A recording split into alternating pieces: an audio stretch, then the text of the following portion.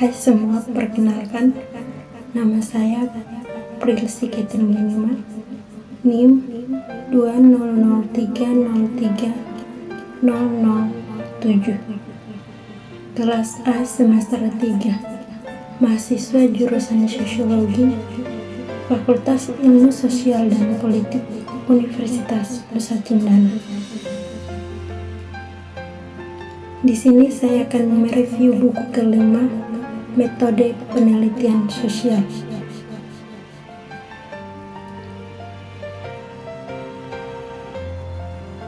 Judul buku ini ialah Setelah Masyarakat, mengenai lintasan antropologi dari Oxford. Dalam buku ini kita dapat melihat sekelompok ulama dibentuk oleh antropologi Oxford pada akhir tahun 1970-an dan awal 1980-an, masing-masing mencerminkan lintasan akademik mereka.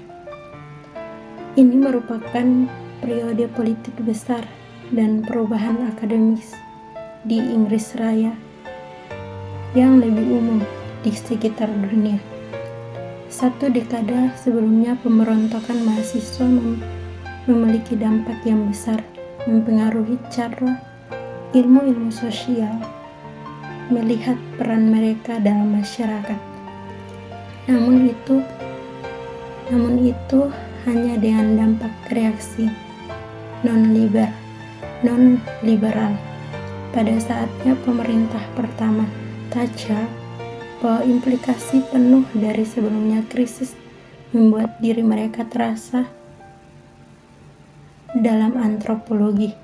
Implikasi ini adalah internal, dalam istilah teoritis, yang memengaruhi ke pertanyaan mendalam tentang prinsip utama yang telah dibentuk ilmu-ilmu sosial di seluruh abad ke-20, dan eksternal dalam istilah akademis, ketika ilmiah wacana tiba-tiba diperlakukan oleh mereka yang berkuasa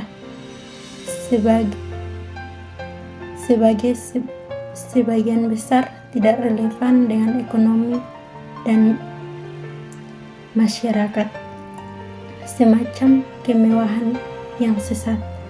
Para pakar karir antropologi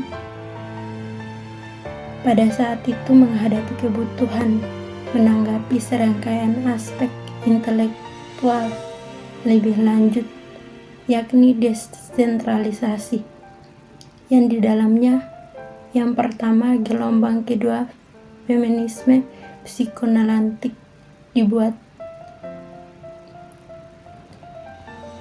dan terobosan teoritis yang penting. Yang kedua, kritik strukturalisme adalah membalikan konsumsi individualis dominan yang lebih mendominasi sejak Perang Dunia Kedua. Di posisi ketiga, postmodern adalah menantang cara penulis etnografi tradisional dan historiografi pasca kolonial yang diilhami Marxis, yang mempengaruhi asumsi peran perspektif antropologi.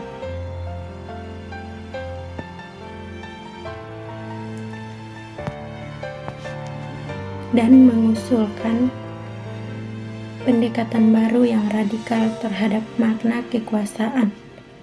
Periode sebagian mahasiswa pasca sarjana adalah momen ketika sesuatu yang baru akan muncul, tetapi belum sepenuhnya.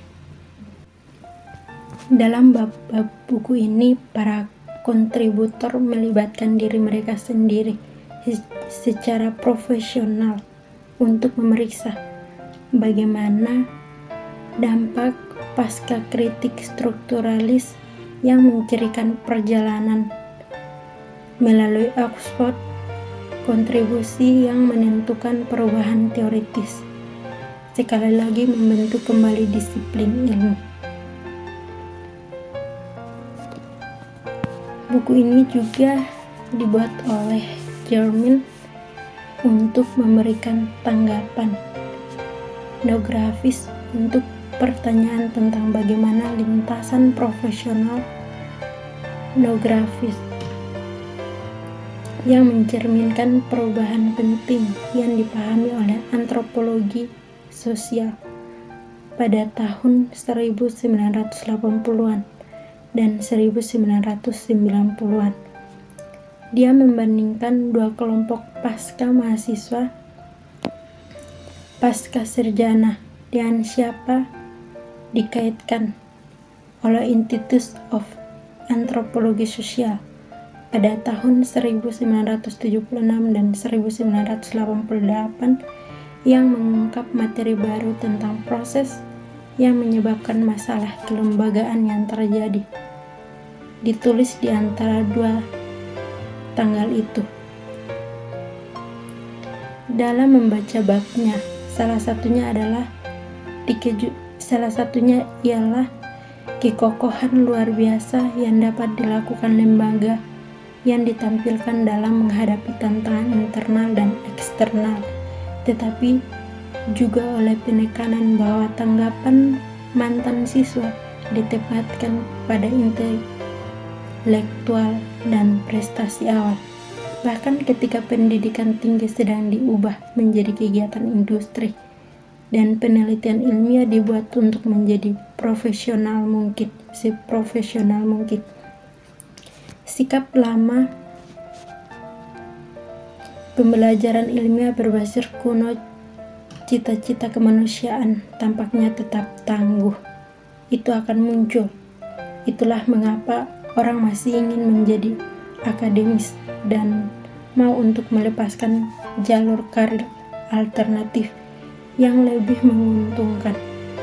Pesona dengan proyek antropologi yang lebih luas, selamat dari tantangan mengajukannya melalui tahun 1980-an dan awal 1990-an yang bermasalah, bahkan ketika dihadapkan dengan keraguan serius yang dihibur oleh para antropolog.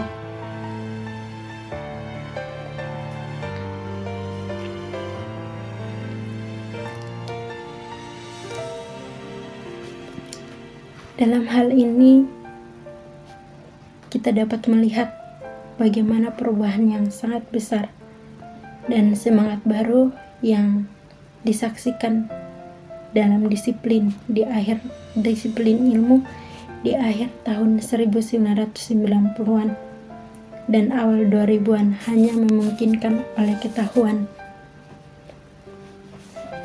itu oleh Glenn yang mengembangkan karya reflektif yang terinspirasi oleh karya Nietzsche. Konsep amor fati, yaitu bagaimana seseorang mencintai takdirnya miliknya, terkadang kenangannya menyakitkan atau kurangnya bimbingan yang dialami di Oxford sesuai dengan kenikmatan ilmiahnya yang sama kuatnya, kebebasan dan eksperimental yang diizinkan yang ditetapkan oleh universitas.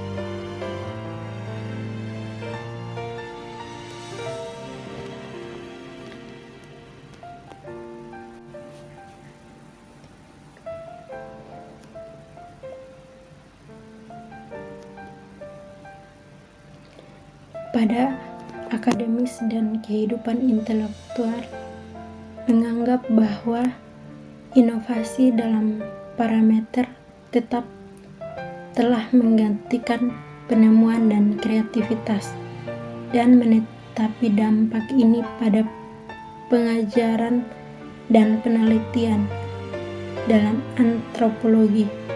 Dia mengembangkan beberapa kekhawatiran yang dieksplorasi Martin dan merupakan Engel di antara yang lainnya.